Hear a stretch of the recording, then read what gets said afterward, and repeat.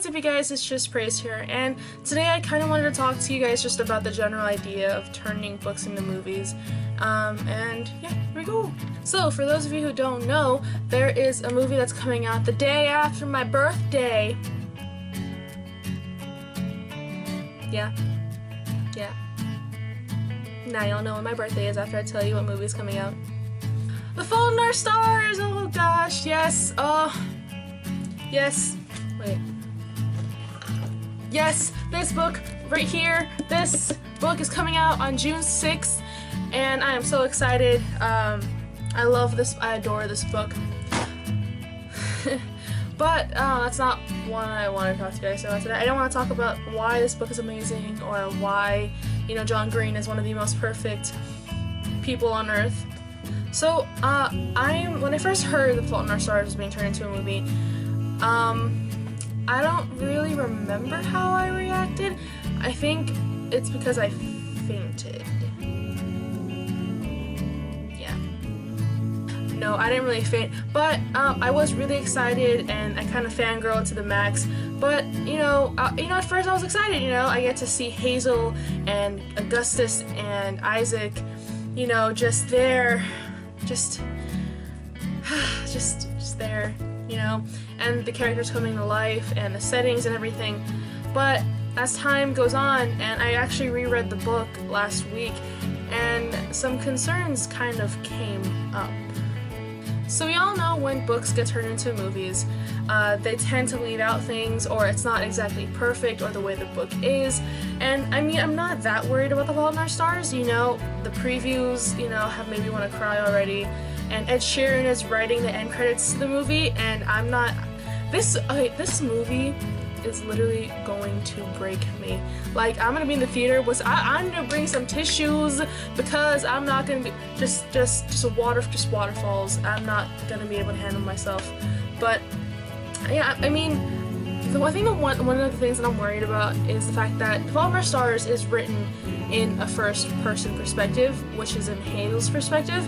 And, and side note, I'm gonna try not to spoil anything for those who haven't read it yet, but if you haven't read it yet, then shame on you. But anyway, you know, and that's kind of what the whole story is. It's basically Hazel's perspective and her, you know, love story, along with her cancer story, and it's her thought process and everything, and I'm worried that the book isn't gonna capture the book. And I'm worried that the movie isn't going to capture that, because movies tend not to have like narratives or anything, so we can't really hear what Hazel's thinking at the time. Like when she goes to Augustus's house for the first time and she reads the quote, "We don't know joy unless we know pain," or something like that. I'm horrible. Let me find that quote before I tell you that that's the thing. Damn, I opened up around the section, girl, yes! That part in there. Maybe. So like when Hazel sees the encouragement that says, "Without pain, how could we know joy?" And she says, "This is an old argument in the field of thinking about suffering, and its stupidity and lack of sophistication could be plumbed for centuries, but suffice it to say that the existence of broccoli does not in any way affect the taste of chocolate." And then she proceeds to say, "Yes, it's a lovely thought."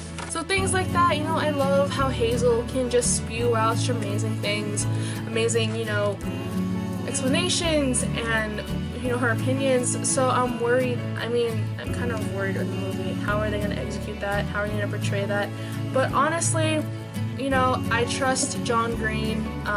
He would vlog sometimes and tweet about stuff, and actors would agree that he was the one that cried the most on set. And I think part of that is the adaptation but I also think a part of it is because John wrote this whole book. Of course he had collaborations or whatever, but like this is his book. And books that get turned into movies are typically amazing books. They're inspirational and just so well thought out. Like the Harry Potter series, the Hunger Games series, the Divergent series. Like they're books that people love so much that we have to see it come to life. And I know that 50 Shades of Grey is being turned into a movie, so I'm going to exclude that one exception. But other than that, so John, I'm really excited to see your movie. I doubt you're going to watch this because I'm not even a YouTuber. I don't even know, like, no. And I also wanted to say that there are a couple more books being turned into movies that I'm so excited for. A book called Eleanor and Park by Rainbow Rowell is actually being turned into a movie as well, and it's one of my favorite books as well. I feel like I've been saying as well a lot in this video, I'm sorry. But it's a it's such a cute love story, and when I read the comments as to, you know, in that article that that book was being turned into a movie, a lot of people said that they'd prefer Fangirl, and at the time I didn't read the book yet, so I couldn't really have an opinion. And then I read it a few days after that, and I was like, oh, this book I can't. And I see why now people, you know, would prefer that book. Like, oh dear God, I would love to see that book be turned into a movie. I want to see Kath, I want to see Levi, I want to see Regan, I want to see Ren, I want to see their dad, like, I want to see all those characters. But honestly, Eleanor and Park is an amazing book too. It's a really, really nice love story that I absolutely adore. It's not one of those really cliche ones in my opinion. I mean, of course, you know, it's a love story. Of course it's gonna be cliche a little bit. But I enjoy it a lot. And I need that book, hardcover book, as a gift for my birthday. Because when I read it, most of my books come from Max. Because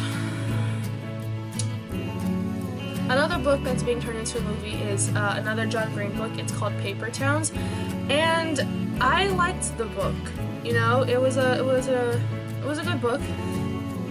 Okay, that tone of voice makes me sound like I hate it, but I don't hate it at all. It was entertaining and everything, but it wouldn't be my second choice of John Green books to make into a movie. But if I had to choose, I would honestly prefer either Will Grayson, or Looking for Alaska. And I liked Will Grayson a lot because I love to see, you know, these two completely different guys who happen to have the same name just, you know, have their worlds collide, and that would have been awesome to see, and just see Will Grayson, the gay kind of emotional one, the introvert, and then Will Grayson with a small group of friends with Tiny. Oh my god, I would love to see Tiny. Tiny is perfect. And I'd love to see Looking for Alaska, because could you imagine the prank scene?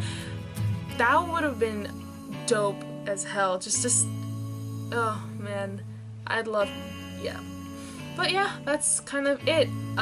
So in short, John Green is perfect, so is Rainbow Rowell, and books can change your life for the better or the worse, depending if on our stars. Emotionally, it's for the worse, because I reread it, and after that one tragedy happened, I didn't think I was gonna cry, because I was like, okay, it's coming, it happened. I kept reading it, and I cried again. I sobbed at the very end. You cry when the tragedy happens, and then later on you sob when you realize what he did for her.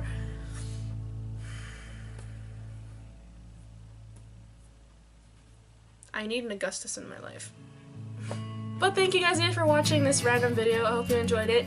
And if you liked it, give me a thumbs up, and if you didn't, then don't do anything. Just give me views, just refresh the F5 like 5 times. Okay guys, and if you want to follow me and stuff on my social media sites, I guess you could do that. I mean, no one really does, so you just go down there. Oh, but seriously guys, okay, thank you, and I hope you have a lovely day. I'll see you guys soon. Bye!